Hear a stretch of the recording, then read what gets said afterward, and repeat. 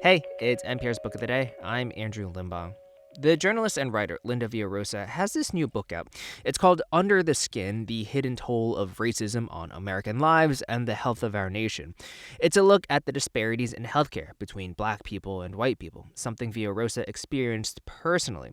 When her dad was in the hospital with cancer, she went to visit him, and, well, I'll let her describe it. He was shackled basically to the bed. He had restraints. And I said, Mom, what is going on? And she said, your father is really sick and they're treating him like, and she said the N word. Villarosa talked to Karen Grisby Bates from NPR's Code Switch team about how COVID only made these differences more stark, and how it's not even about just what happens in the hospital or the doctor's office, but the long term health effects of dealing with racism every day.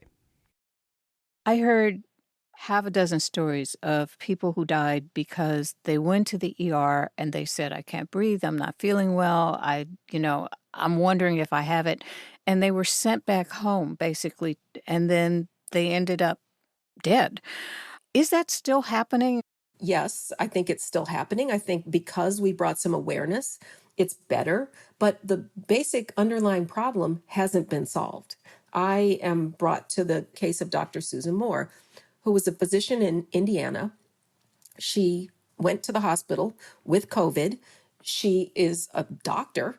So the very system that she was educated in, that she worked in, didn't help her and, in fact, may have harmed her. So she said, I have COVID, and she said, I'm in a lot of pain. And she was treated as though she was drug seeking when she asked for pain relief. I was crushed. He made me feel like I was a drug addict. And he knew I was a physician. And what really struck me is throughout that recording, her refrain was, this is how Black people get killed. This is how Black people get killed. So she left the hospital and she died. We've been told that before vaccines, COVID recovery was determined largely by a number of factors that are described as comorbidities. In the beginning, doctors were saying, well, why aren't you taking better care of yourself?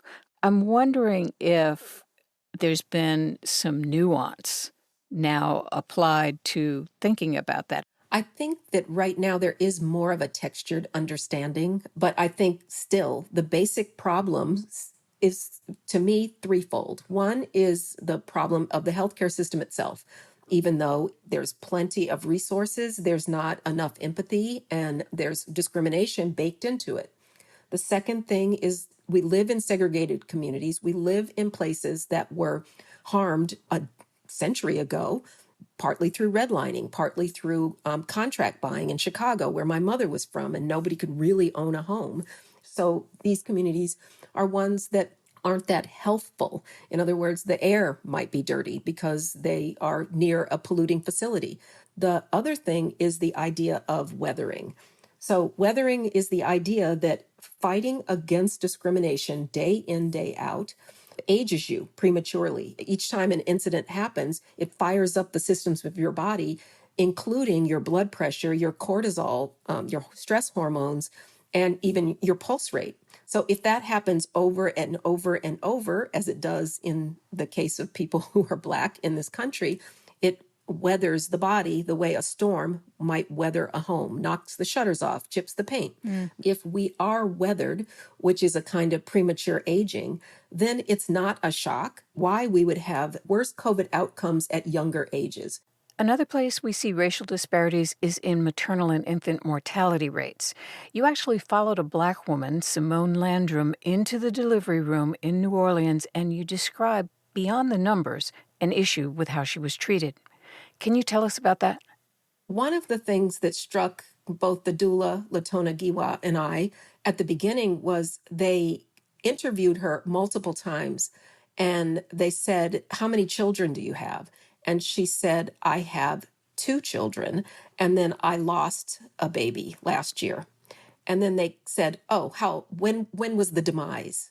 And they kept calling the baby she lost the demise. And that baby was a little girl who she named Harmony. And when she died, Simone herself almost died. And the labor wasn't going great. The current baby was at risk. If you know that someone has been traumatized the year before and things aren't going great right now, you should not be calling the baby the demise. She was treated badly, so badly, in front of me and in front of the doula. The three of us were the only Black people in the room in New Orleans. And I saw them, not listening to her, arguing with her, but also treating her very unkindly, given that their job is to care for her. Wow. Are there big studies that pop into your mind immediately when I ask about studies that indicate that bias is a problem? So they looked at amputations for diabetes. Even when everything was equal, Black people were still more likely to get a foot amputated. And so I don't think individual doctors go in being racist. However, somebody made a decision to too often cut off the foot of a Black person. And that was the one that really hit me. I just kept picturing that, picturing someone made that decision. COVID shone a pretty glaring spotlight on the just radical inequities along racial lines that exist still in this country. Is there any hope that that illumination has maybe been the starting point for starting to correct some of those inequities? I think there has been movement. I did a lot of interviewing of medical students, and many of them in this generation were politicized by Black Lives Matter when they were in undergraduate college. So then they went to medical school and they brought that same kind of activism and that spirit with them.